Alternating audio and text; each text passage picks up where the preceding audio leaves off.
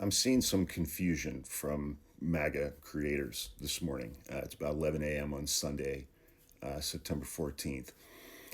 On the one hand, they are buying hook, line, and sinker, this line of bullshit that the shooter was radicalized to the left by one semester in college in Utah, surrounded by conservative Mormons, and that he lived with his transgender partner. None of that is true.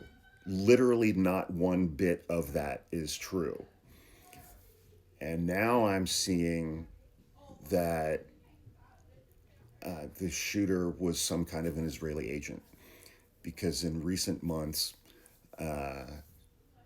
although he was extremely careful in his wording, he started talking about Israel and conspiracy theories and their control over the United States and things along those lines.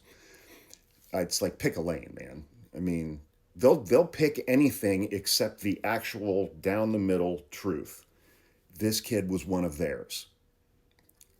This young man was one of theirs. Period. But it's also important to acknowledge this part of it because that was the whole point of the conflict between Charlie Kirk and Nick Fuentes, who leads the Gropers. It's like you have Charlie Kirk, and way over here, further to the right is Nick Fuentes, who was just as racist as Charlie Kirk, was just as much of a misogynist as Charlie Kirk, was just as much of a bigot, a homophobe, and a transphobe as Charlie Kirk.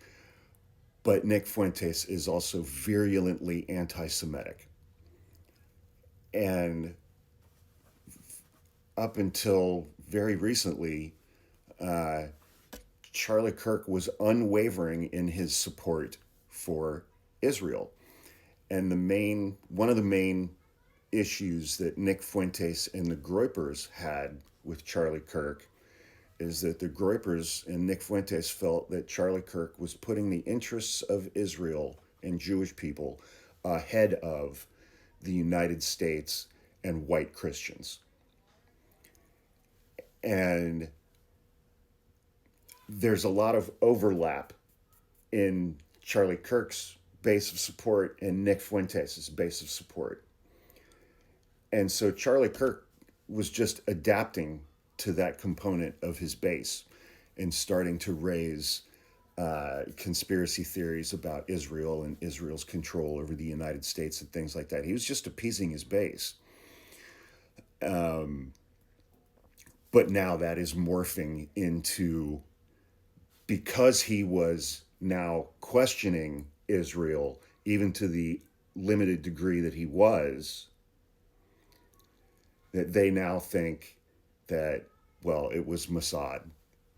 It was Mossad. The shooter was in some way a Mossad agent, a 22-year-old white kid from Utah.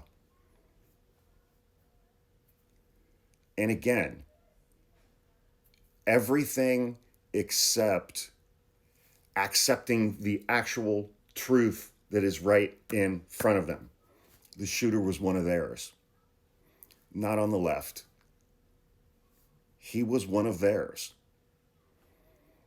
And they're doing absolutely every single thing they can come up with to avoid that blatantly obvious truth.